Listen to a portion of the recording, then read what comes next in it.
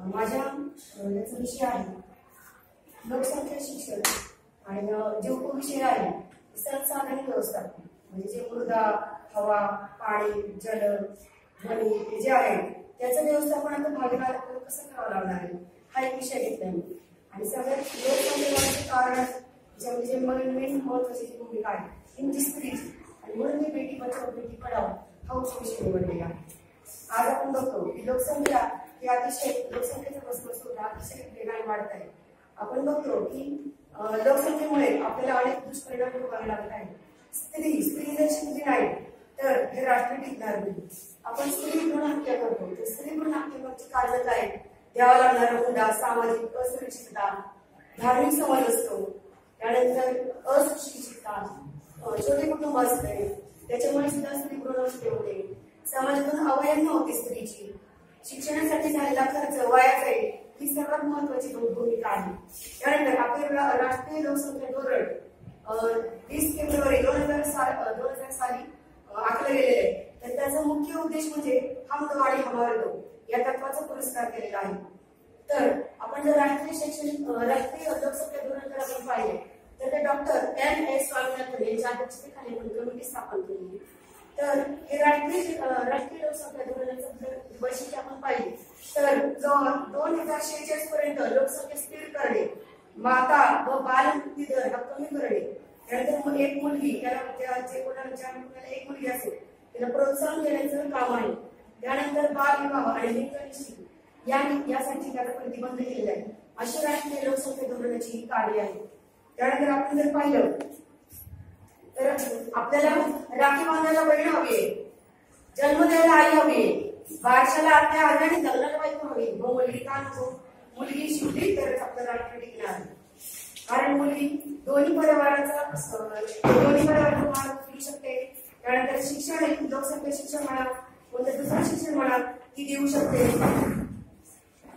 लोकसंख्येचा परिणाम हा स्त्री जर आपली शिकली तर लोकसंख्या निश्चितच कमी व्हायला मदत होणार आहे. तर त्यासाठी मी तुम्हाला एक छोटीशी नाटक करून दाखवत आहे.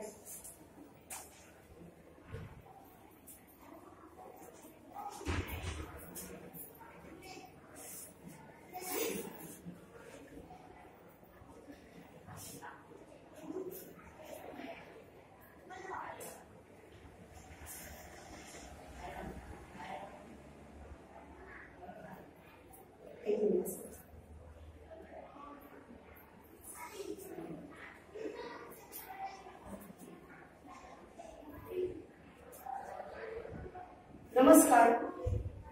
आज आम्ही तुम्हाला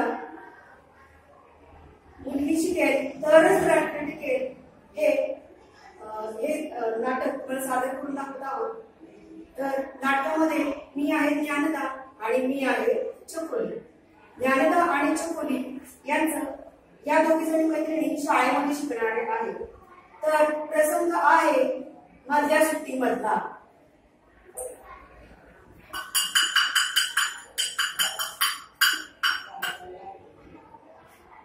चकोली, ए चकोली, काय ग ज्ञानदा, काय म्हणतेस? अगं आज किती आनंद वाटते ना आपल्याला की आज आपल्याला बघ ना गणवेश सुद्धा घालायचं नाही, किती छान छान कपडे आपण घालून आलोय. हो ना ग, माझ्याकडे सुद्धा नवीन कपडे नव्हते, पण मी काय केलं माहिती का, माझी जी मोठी बहीण आहे ना तिचेच कपडे मी घातले. असू दे, चल आता आपण जेवण करूया. माझ्या आईने डब्यामध्ये खूप छान छान खायला दिलेले आहे. चल तर आपण जेवण करूया. अगं येतेस ना चकुली? नाही का ज्ञानदा, तू जेव बरं, मी तर काही जेवणार नाही कारण मी आज डब्बाच आणला नाही.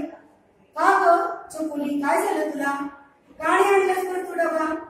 अगं आज आमच्या घरामध्ये पोळी करायला पीठ नव्हतं, भाजी करायला भाजी नव्हती, तेल सुद्धा नव्हतं आणि मीठ सुद्धा नव्हतं. आणि मग बाबांनी सुद्धा मला खूप मारलं. आणि मग माझ्या 5 मुलींनी सुद्धा मला खूप मारल्यामुळे मला सुद्धा किती लागलंय. अगं चकुली, किती लागलंय तुला? बर जाऊ दे, माझ्या डब्याचं कशी ना तू? अगं मला आज जेवावंसच वाटत नाहीये. माझ्या बाबांनी मला खूप रागवलं, त्यामुळे मला ना कशाचीच इच्छा नाहीये. बाबा म्हणाले की तुमच्या मुलींवरती पोसण्यावरती माझा जास्त खर्च होतोय. मग हा खर्च जर मुलगा असता तर किती बरं झालं असतं. एक मुलगा, त्याला मी चांगलं सांभाळलं असतं, तो माझ्या घरी गेला असता. तुम्ही काय उपयोगाच्या मुली मला. आणि म्हणून मला दुःख वाटत आहे, डब्बा सुद्धा नाही. बर, असं कसं बोलू शकतात तुझी वडील. किती चुकीचं आहे हे. मुलगी शिकली तरच राष्ट्र शिकणार आहे. कारण मुलगी ही परिवाराचा एक केंद्रबिंदू आहे आणि मुलगी दोन परिवाराला चांगलं शिकवू शकते. कारण मुलगी लग्न झाल्यावर दुसऱ्या घरी जाते ना. अगं हो, आणि त्यामुळे लोकसंख्येवरती सुद्धा आळा बसणार आहे. म्हणून मुलींचं शिक्षण हे फार महत्वाचे आहे. हो, चल ज्ञानदा, तू येतेस का माझ्या घरी माझ्या बाबांना समजवायला. हो चल जाऊया. आणि तुम्ही सुद्धा शिकवणार ना. धन्यवाद. या पद्धतीने आपण एक छोटस नाटक सादर केले की मुलगी शिकली तरच आपलं राष्ट्र शिकणार आहे. त्यानंतर आपण जर हे पाहिलं लिंग गुणोत्तर, तर मुलांची संख्या ही आपल्याला जास्त दिसून येते. दर 1000 पुरुषांमागे 945 स्त्रिया आहेत फक्त. आणि हे फार आपल्या भारतासाठी किंवा जगासाठी अत्यंत घातक परिणाम आहे. दोघांची संख्या जास्त बरोबर समान हवी. आपल्याला 55 स्त्रिया कमी पडत आहेत. मग याचा आपण निश्चितच उपयोग केला पाहिजे. स्त्री शिक्षणामध्ये आपण जास्त भर दिला पाहिजे. काय 55 स्त्रिया कमी आहेत.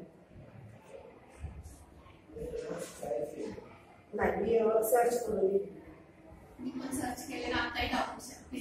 मला सर्च करावं लागेल.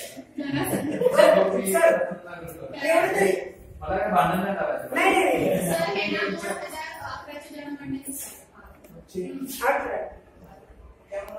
11च्या जनगणनेनुसार 1940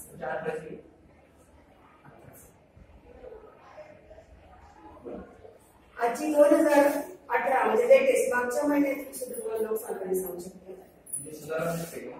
सुधारणा दिसते थोडीफार, कारण जनजागृती आता किती आहे मॅडम.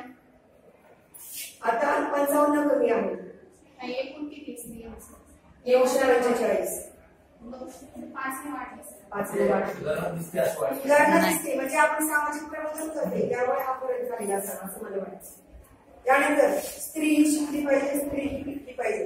आमची शाळा ही स्त्री शिक्षण संस्था आहे. आमच्या शाळेमध्ये 350 मुली आहेत आणि त्यांच्यासाठी आम्ही विविध उपक्रम नेहमी राबवतो. त्यानंतर बघा, जी साधनं आहेत संसाधन व्यवस्थापन, त्याचा सुद्धा लोकसंख्या वाढल्यामुळे संसाधनावरती सुद्धा परिणाम होणार आहे. आपण बघू शकता सर, इथं हवा प्रदूषण आहे म्हणजे आपलं वायू प्रदूषण. कारखान्यांमुळे वायू प्रदूषण होत आहे. त्यानंतर जल प्रदूषण, वायू प्रदूषण, ध्वनी प्रदूषण. आपल्या पृथ्वीचं आरोग्य आपल्या धोक्यात आलेलं आहे. ती जर तुम्ही पृथ्वी पाहिली सर, तर ही पर्यावरणाच्या भाराने पर्यावरणाचे दुष्परिणाम आपल्या पृथ्वीवरती होत आहेत. आणि हा जो अतिरिक्त भार आहे लोकसंख्येचा, त्यामुळे ही वापलेली आहे आणि रडत आहे अक्षरशः. याचा परिणाम अतिशय घातक आहे आपल्या जगावरती. काही दिवसांनी आपल्याला जाणवतील याचे परिणाम. तर आता आपण आतापासून आपण जनजागृती केली पाहिजे. त्यानंतर बघा सर, आपण संसाधन व्यवस्थापन मधला महत्वाचा मुद्दा म्हणजे मृदा ही आजकाल अतिशय कमी होत चाललेली आहे. डोंगर पोखरले जात आहे. आणि त्यानंतर समजा जर लोकसंख्या जर वाढली, आपण बघू शकतो इथे, तर एकच जमिनीचा तुकडा तेवढाच आहे. परंतु हा एकच मुलगा असल्यामुळे याला जमिनीचा तुकडा मोठा आलेला आहे आणि तो 5 जण आहेत. तर या 5 जणांना जो वाटा आहे तो अतिशय कमी आलेला आहे.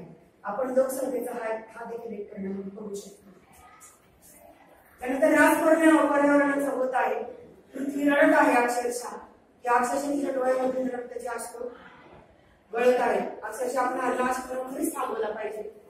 त्यानंतर त्याचा परिणाम आपल्या कचरा व्यवस्थापन, जीवाच्या व्यवस्थापनासाठी जे लागते आपल्याला स्वच्छता, आरोग्य, त्यावरती सुद्धा त्याचा परिणाम होणार आहे अतिरिक्त लोकसंख्येमुळे. त्यामुळे मुलगी शिकलीच पाहिजे आणि शिकलीच पाहिजे. बेटी बचाव बेटी पढाव. त्यानंतर हेच आमच्या स्वतःच्या शाळेमध्ये हे सगळे उपक्रम आहेत सर.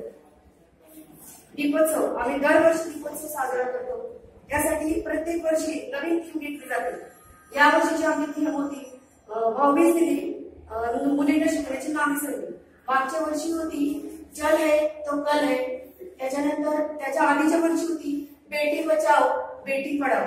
मग मुलींना आम्ही दीपोत्सवाच्या वेळेस रांगोळीमधून ते आम्ही लोकांना संदेश देण्याचा प्रयत्न करतो. आमच्याकडे बरेचसे पालक येतात, त्या पालकांना आम्ही सामाजिक संदेश हा देतो म्हणजे देतो. त्यानंतर आमच्याकडे अनेक सांस्कृतिक कार्यक्रम होतात. आपण जर पाहिलं तर बघा पालकांसाठी आपण प्रबोधन केलेले सांस्कृतिक कार्यक्रम बघा, बेटी बचाओ बेटी पढाओ हा जो सांस्कृतिक कार्यक्रम आहे याच्यामधून आपण मुली वाचल्या पाहिजे, मुली टिकल्या पाहिजे हा संदेश आपण सर्व कामशेत मधले बरेचसे नामांकित व्यक्ती जे आले होते त्यांना सुद्धा आपण दिलेला आहे.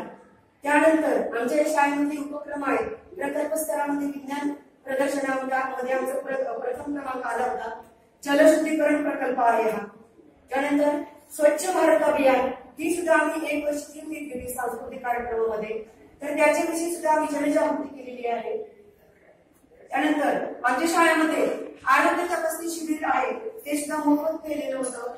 त्यानंतर जागतिक हात धुणे दिन, हे जे जागतिक हात धुणे दिन किंवा दुसरे जागतिक जे दिन असतात ते सुद्धा आम्ही साजरे करतो. आमच्या स्वतःच्या शाळांमध्ये जलशुद्धीकरण प्रकल्प आहे. आमची शाळा आश्रम शाळा असल्यामुळे मुलं तिथंच राहतात, तिथंच झोपतात आणि त्यामुळे पाण्याचा पुनर्वापर आपण केला पाहिजे या दृष्टीने आमच्या संस्थेने महर्षी गौरव स्त्री शिक्षण संस्थेने ते जलशुद्धीकरण प्रकल्प उभा केलेला आहे.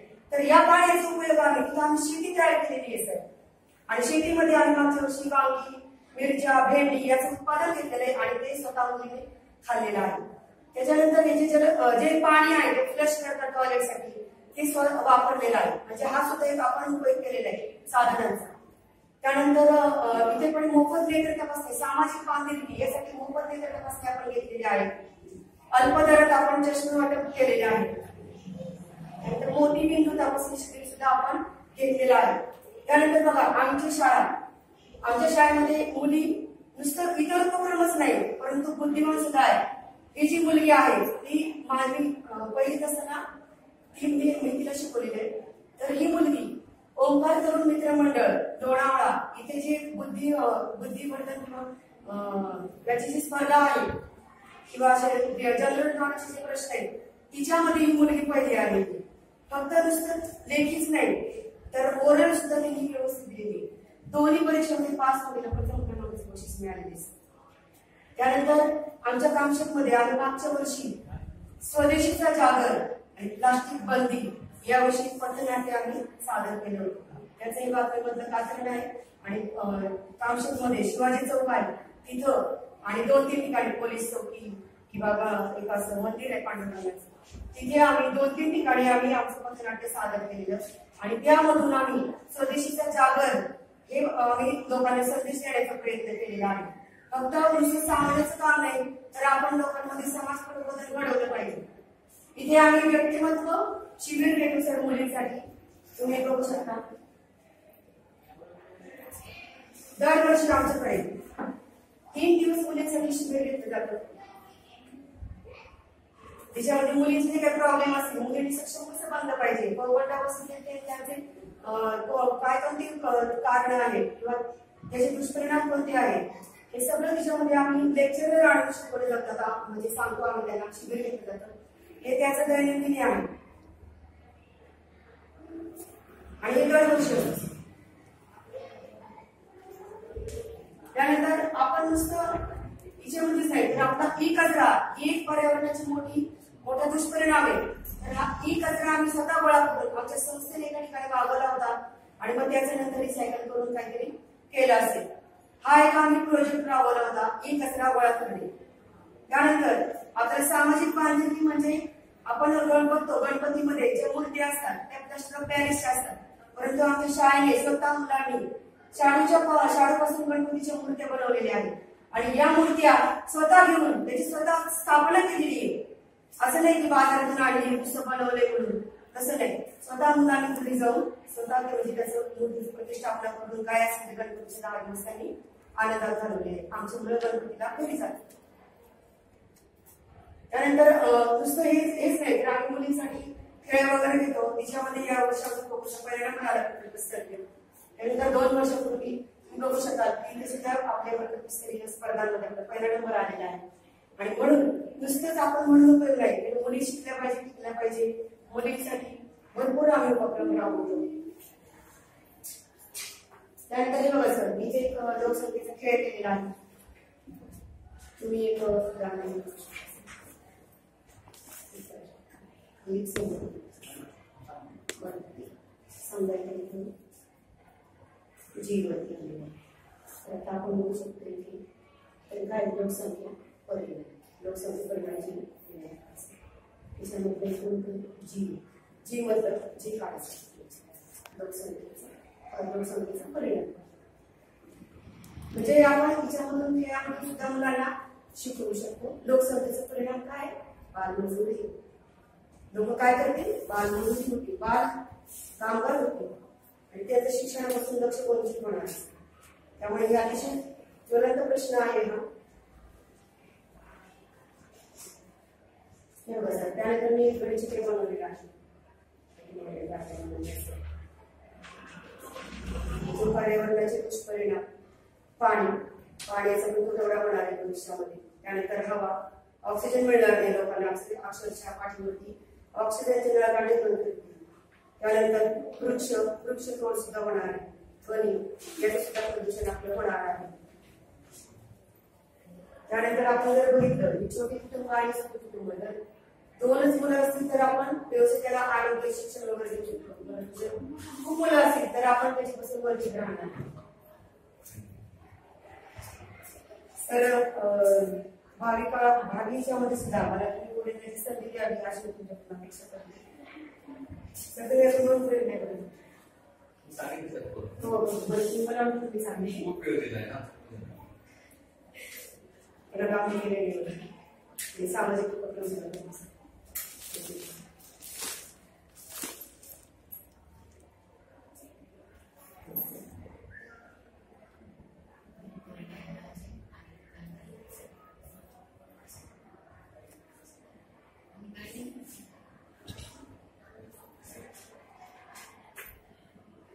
सर आपल्या ह्या गर्भातील काय आपण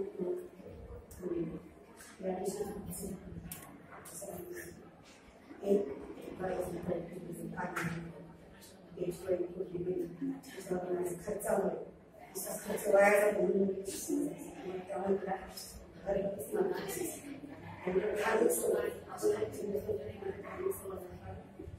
मुलगाच पाहिजे कशाला आपल्या गाडी पाणी द्यायची त्यावर सुद्धा कुठली जात. मात्र आपण या कविता वाचूया आणि आपल्याला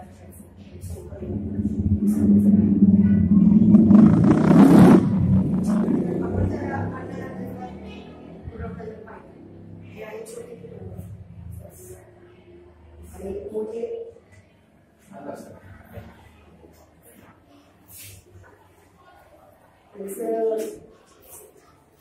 प्रकल्पामध्ये एक प्रकल्पाविषयी थोडंसं सांगतो. त्याबाबत टिकाऊ केलेले सर प्लास्टिकचा वापर ते जर तुम्हाला दिसत पाहिजे पण हे आईस्क्रीमचे वापरलेले आहेत. आपण आणत नाही एकदा आईस्क्रीम त्यापासून आपण टिकाऊ केलेले आहे. त्याच्यानंतर स्वनिर्मितीचा आनंद हे सर्व प्रोजेक्ट करताना मला फार आनंद झाला. आमचे सहकारी जगताप सर त्यांनी मला मार्गदर्शन केलं आहे. त्यानंतर भावी पिढीचा संदेश केला पाहिजे लोकसंख्या नियंत्रणाची. कारण लोकसंख्या जर कमी नाही झाली तर आपण जग फार बुडणार आहे. त्यानंतर देश विकास आपण हातभार लावणार आहे. सृजनशीलतेतून राष्ट्रोन्नती. धन्यवाद. मला अपेक्षा आहे की मला पुढे संधी द्यावी. मला आता